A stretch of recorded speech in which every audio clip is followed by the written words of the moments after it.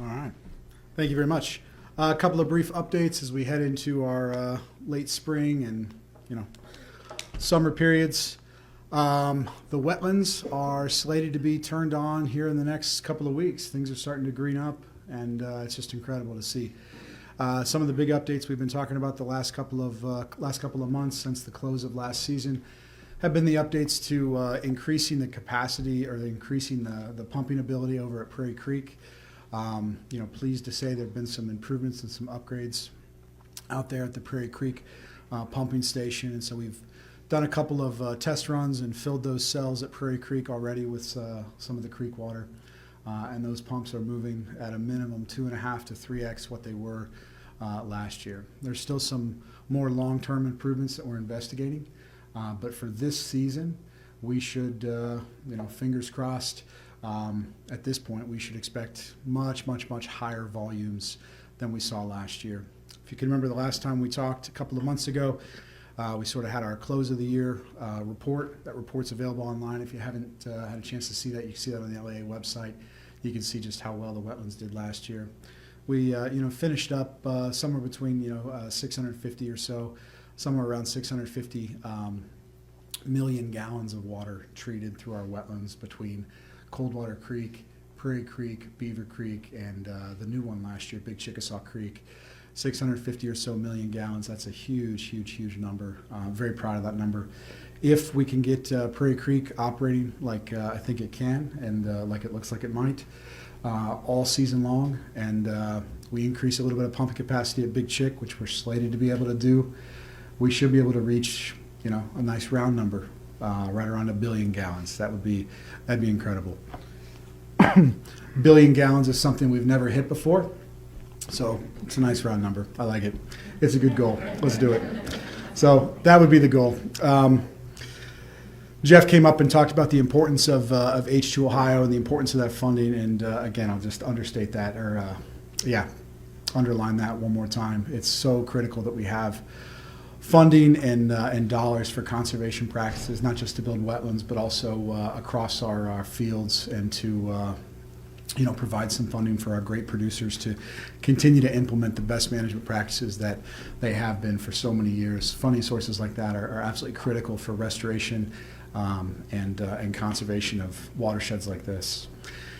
Over the last decade, being part of Wright State, I've had the privilege to work with a lot of great professional staff and a lot of great undergraduate students on these wetland restoration projects, a lot of great data. When we do these projects and we document how well these conservation efforts, whether it's an edge of field best management practice or a wetland, when we do these practices, it takes an awful long time to generate the kind of data set to kind of hold up and say, this really supports something, or this, quote, I hesitate to use the word prove, but this supports something, this proves something, this really indicates that things are working. It takes a long time to get those data sets put together, and ultimately the sort of gold standard currency in that world, in that academic and the science world, is peer-reviewed publications, and get that out and have the rest of the scientific community from around the world take a look at that, vet it, and say, okay.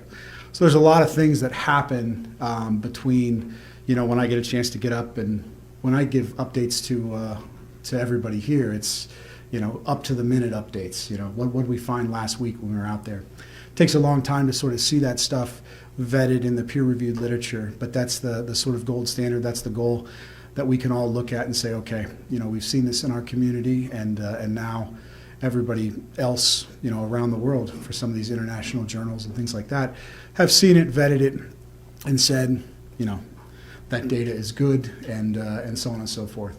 That helps us if we can sort of prove that on a wider scale. That helps us as a community, and it helps other communities as well, because other communities can sort of, talk to folks here and say what works, and they can point at something like that and say, okay, this is, something that's been out there.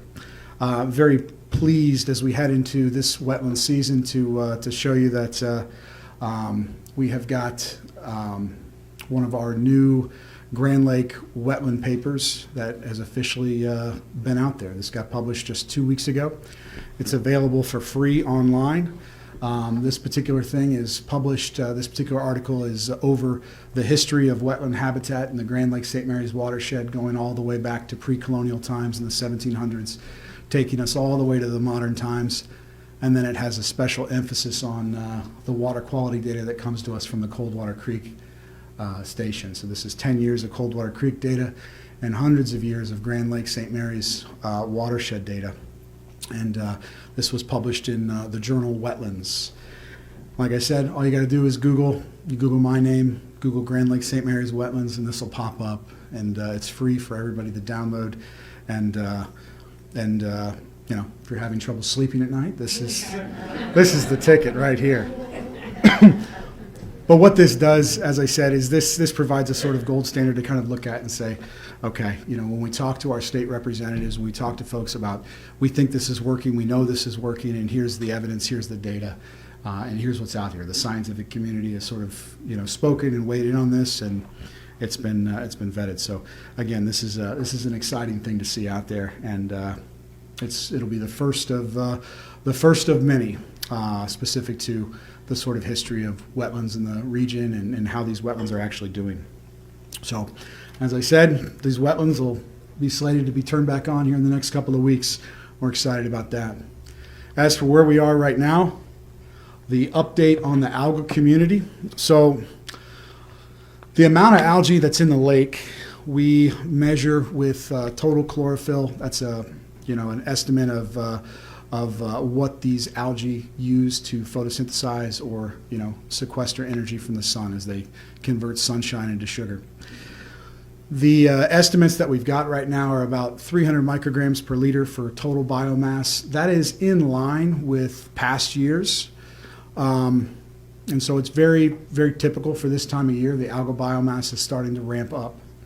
What is interesting is when we look at which types of algae are contributing to the total biomass right now, a typical year will see this amount of biomass right about this time of year. So there's nothing particularly special Grand Lake-wise about what's happening this time of year.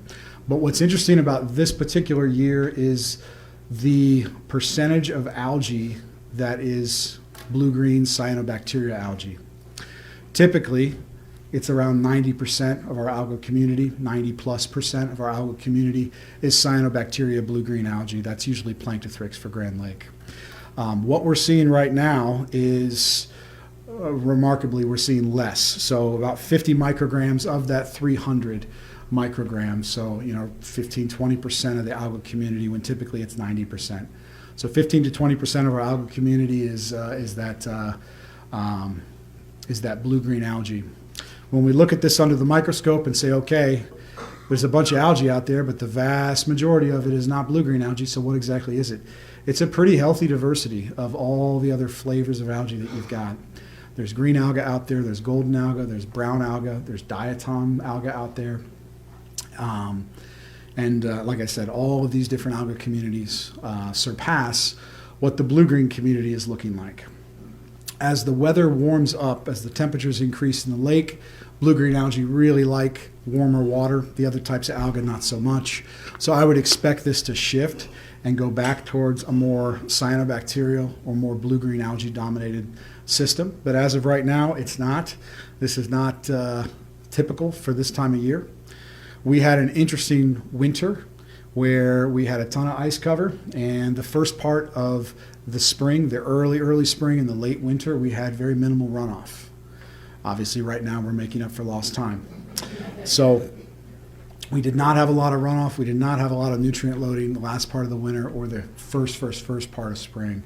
But we're making up for it now, and so what that nutrient loading does to this alga community, I'll be back next month and have an update. We'll take a look at that. This alga community, obviously, because it's not blue-green algae, is not producing toxins. Those toxins, those microcystin toxins, etc., those are coming from, you know, typically your Planktothrix bloom or our Planktothrix bloom. When we look at our alga toxin levels right now, we would expect them to be quite a bit less than what they typically are, and that's exactly what we see. The solid line represents the historical average over a decade's worth of data arranged by week. So on the far left-hand side of the graph, that's January 1st On the far right-hand side of the graph, that's the last week in December. So you've got week by week by week by week by week. The green line, if you can see that, down there at the bottom, it says last week. That's data from just a couple of days ago, data from Wednesday. That gives you an indication of where we are right now. Those couple of lines, the top dotted line, the red one, that's the World Health Organization's advisory level, and then the one at 8 micrograms per liter, that's the state of Ohio. That's the state of Ohio's advisory level. And so we are well below that at the moment. We're sitting at about just under 3 micrograms per liter of total microcystin toxin. Again, why are we so low for this time of year? Well, primarily the biomass of the blue-green alga that would produce this kind of thing, it just isn't there yet. And so we'll continue to monitor it, but this is, overall, this is good news. This is a good thing to see. So we're happy about this, and we'll continue to come back and give updates. But for this time of year, we would expect to be up quite a bit from where we are right now, maybe 3 or 4x. We're not.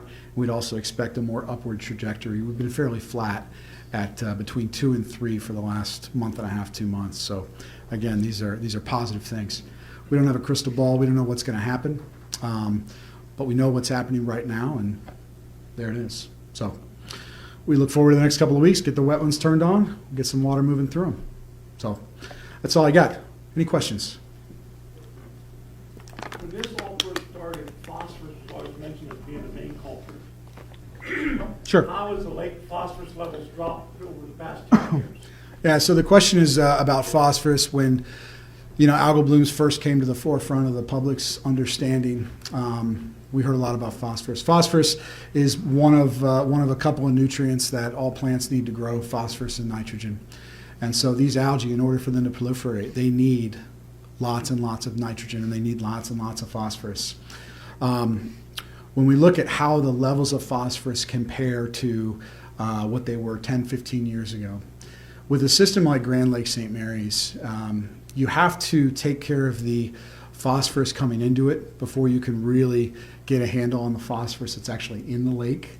If you don't turn off the spigot, if you don't turn off the phosphorus coming into the lake, it's really difficult to make any kind of traction, make any kind of grounds. And so phosphorus is coming from 2 places. It's coming from the watershed, moving into the lake, and then the phosphorus that came into the lake from the past is still in the lake. And that phosphorus can recycle. It's not magic. It doesn't disappear. Phosphorus does not have an atmospheric component, so it doesn't move up into the atmosphere like nitrogen can. Phosphorus sort of cycles. It can move from the sediment into the water column, into the biovolume of the alga, so on and so forth. The trick to combating harmful algal blooms, not just in Grand Lake, but across the state of Ohio, across the Midwest, across the planet, is getting these excess nutrients reduced. And so how much ground have we made? We talked about wetlands. Every single drop of water that moves through the wetland is phosphorus removed. And we quantify that, and we look at that, and that report's up there on the LAA website. You can take a look at that. We've made a tremendous amount of progress over the last 10 to 15 years, sequestering and keeping thousands and thousands and thousands of pounds of elemental phosphorus from the lake. And a little bit of phosphorus goes a long way, and we've kept a lot of it out of the actual lake itself. And this has been a really positive thing. And it's not just wetlands, it's best management practices from our producers, holding nutrients back on the land. It's nutrient management planning, it's manure management planning, and manure application strategies have improved tremendously over the last decade. And all of those things matter, and all of those things keep just a little bit of phosphorus on each thing out of the lake, and that adds up. So we've seen great strides and great improvement. And over the years, we've seen the toxin levels of our lake decrease. We've seen the algal community start to change a little bit. We've seen a little bit less cyanobacteria, a little bit more proliferation of non-harmful algae. And it's been a neat thing to see. So we've seen great improvements. So can you give me a number? If I go out in the lake right now and take a sample of the water and check for phosphorus now, what would that level be compared to what it was 10 years ago? Yeah, so the question is, if you went out in the lake at any given time and you took a sample of water, and looked at the phosphorus, could you tell a difference between now and in the past? When the phosphorus gets in the water column, it gets taken up. Typically it's a limiting nutrient, so it gets taken up almost immediately. So if you went out there, maybe not today because we just got a ton of rain, but if you went out there on like a normal day and you took a sample of water and you analyzed it for phosphorus, you wouldn't find very much phosphorus in the actual water column. And if you went back in time 10 or 15 years ago, you wouldn't have found very much phosphorus in the actual water column in terms of dissolved phosphorus, because it gets taken up by the alga. It gets taken up by the life that's in that lake. And so in order to sort of bring that down, you got to bring down the phosphorus. And so we look at what fraction or what percentage of phosphorus difference is there between now and 10 or 15 years ago. Again, I point to that external loading data. And you can look at the amount of phosphorus going into the lake right now and compare that to, like I said, 10 or 15 years ago. You can look at that at a watershed scale, or you can look at that at a practice scale. If we look just at Coldwater Creek wetland, just for example, Coldwater Creek wetland processes about 10% of the flows in Coldwater Creek every single year. So 10% of every gallon that moves through Coldwater Creek goes through that wetland. If you use a rough ballpark estimate of phosphorus reduction efficiency of 50%, you're looking at 5% of the annual loading that's not going into the actual lake. And so that one practice alone didn't exist 10, 15 years ago. It exists now, and it dropped phosphorus by 5%. And that may not seem like a lot, but that particular practice is situated on 25 acres of land. That's nothing. That's like 0.3% of the watershed area, and yet it's sequestering 5% of all of the phosphorus. So it sits on 0.3% of all the land, and it eats 5% of all the phosphorus. But that's not the only practice. We've got multiple other practices that are out there. And so again, when we look at these long-term phosphorus data, in order to make progress, we got to knock down that external load. We got to reduce that as much as humanly possible, or naturally possible. And we're making strides. We're not there yet. If you look at the actual watershed scale, we've got a great long-term monitoring station in conjunction with the National Center for Water Quality Research at Heidelberg University. Been looking at that for over a decade now. And you can see during periods of high flow, you can see nutrient concentrations and nutrient loading over the last decade plus. In some cases, during some seasons, we've seen that reduced by anywhere from 30 to 50%. And these are huge numbers. They're not enough yet, but they're a great start. So what proof do we have that these wetlands are really working? There's got to be some numbers. You're telling me it's taking out 5%. In the wetlands, it takes out, 80, 90% when the water comes in versus when it goes out. But you can't see any difference in the lake itself? Oh, no, you can see a difference in the lake itself. You can. And what is the difference? You can look at the toxin data. We've got less toxin in the lake. You can look at the biomass of the alga. We got a little bit less biomass than we usually have. We've got a difference in the alga community, difference in the assemblage structure of that. And we can look at, and this data is out there as well. This data has been published and out there. And in terms of the proof for the wetlands and things of that nature, stuff like this that's on the screen back there, stuff like that is absolutely like hard and fast numbers. We put out a long-term watershed analysis in 2019, I think, that looked at those sort of large watershed-wide changes, and so that's out there as well. If you want, I can email anybody and everybody all sorts of good late-night reading material. So send me an email, and I'll load the inbox up with all the numbers anybody's heart could possibly desire. The microcystin readings, are those numerous sites, or how's that varied over the years? Yeah, so the question is about microcystin data. Where is the microcystin data coming from? What sampling locations and how many years are we looking at here? That microcystin data, and this is one of the longest running microcystin data sets in the state of Ohio. This is coming from the water intake over on the Salinas side. So if you look over by the lighthouse just down the road here, this is taken by the great folks at our water treatment facility. And this has been ongoing since 2009. This particular intake is representative of the middle of the lake.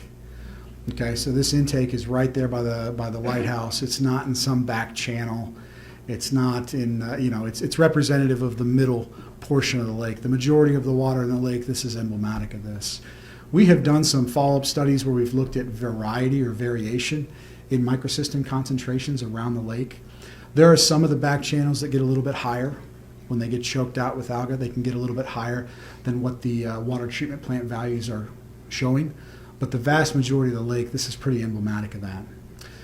What that tells us is that the spatial distribution of algae and toxins is fairly uniform through the middle waters of the lake. It can get a little different or mercurial in the back channels, but through the middle part of the lake, this is pretty representative of what we see. The majority of our algae is Planktothrix. Planktothrix is a blue-green algae that distributes fairly uniformly in the water column. Other species of alga, other species of blue-green alga like Microcystis or Phamizomenon, those do not distribute as uniformly as Planktothrix do. Those tend to cluster, and so if you're looking at toxin data from lakes that are suffering from algal blooms with those, it can sometimes be a little more spatially variable. But for Planktothrix heavy lakes like Grand Lake, the way Planktothrix distributes, it's a representative number. It's a good number. And again, it gets tested every single week, going back to 2009. So it's a solid data set to give a bellwether for how we're doing.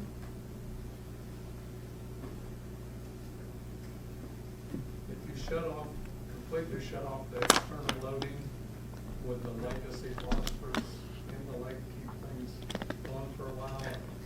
Would it keep things going for a while? So the question was getting at where does the phosphorus come from? It comes from the external watershed, water rushing in from our tributaries, places like Beaver Creek and Chickasaw Creek and Coldwater Creek, okay?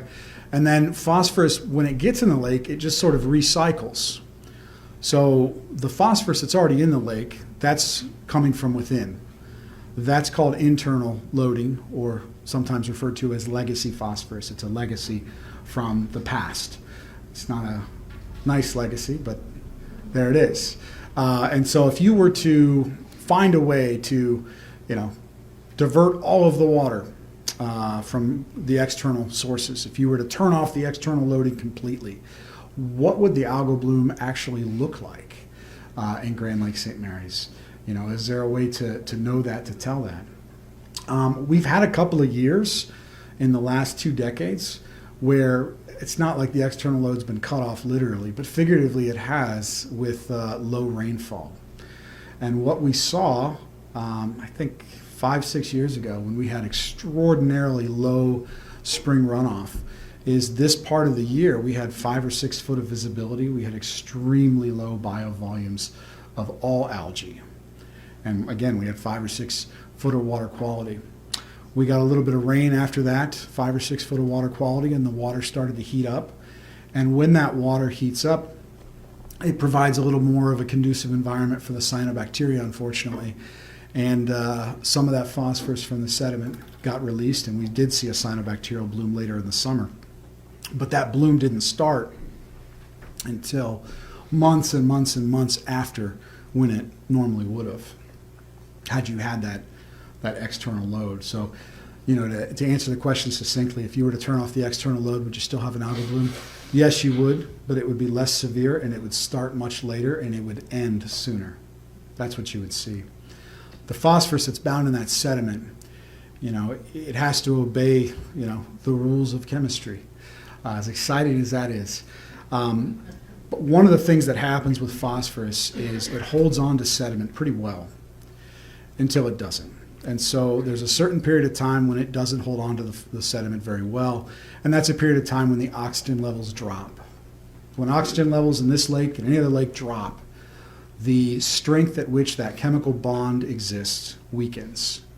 And so when you have periods of low dissolved oxygen, the phosphorus that is holding on to that sediment begins to release and let go. And we've seen that. We monitor phosphorus levels in the actual water column every single week, year round. And periods of time when we have really low dissolved oxygen, we can see little upticks, little spikes in dissolved phosphorus. And right after that little spike, the algae will eat it up and it'll be gone the next week. Where did it go? It went into the biomass of the alga, and we'll see the blooms sort of proliferate from there. What period of time does that happen? It's the dead of summer. That first week in July, I'm not a fan of that first week in July because, like clockwork, that's if you're going to have a really low DO shift, that's when it's going to happen. And if you're going to see, dead fish, and in some years it's extreme. In some years, 4, 5, or 6 years ago now, we saw a fish kill that washed across the entire lake. Didn't kill every fish, obviously, but there were hundreds of thousands of fish that were dead and floating across our lake, and that was it. That was low DO. And when you have those periods of low DO, that's when the legacy phosphorus really bites you. When it all releases from the sediment, not all of it, but when a substantial amount releases from the sediment, that's when it hurts. Any other questions? All right. Hopefully we don't end on that sad note. So again, let me emphasize, the wetlands are going to be turned back on very soon, and they will be beautiful, and there's walking trails all around them. Those wetlands are not just for water quality, they're for us, the public, to enjoy and be able to recreate and take the dog for a walk or go bird watching. But please go out and enjoy those. There's walking trails around nearly every single wetland in the watershed. So these are your resources. So please enjoy them and have a good start to the spring and summer season. Thank you.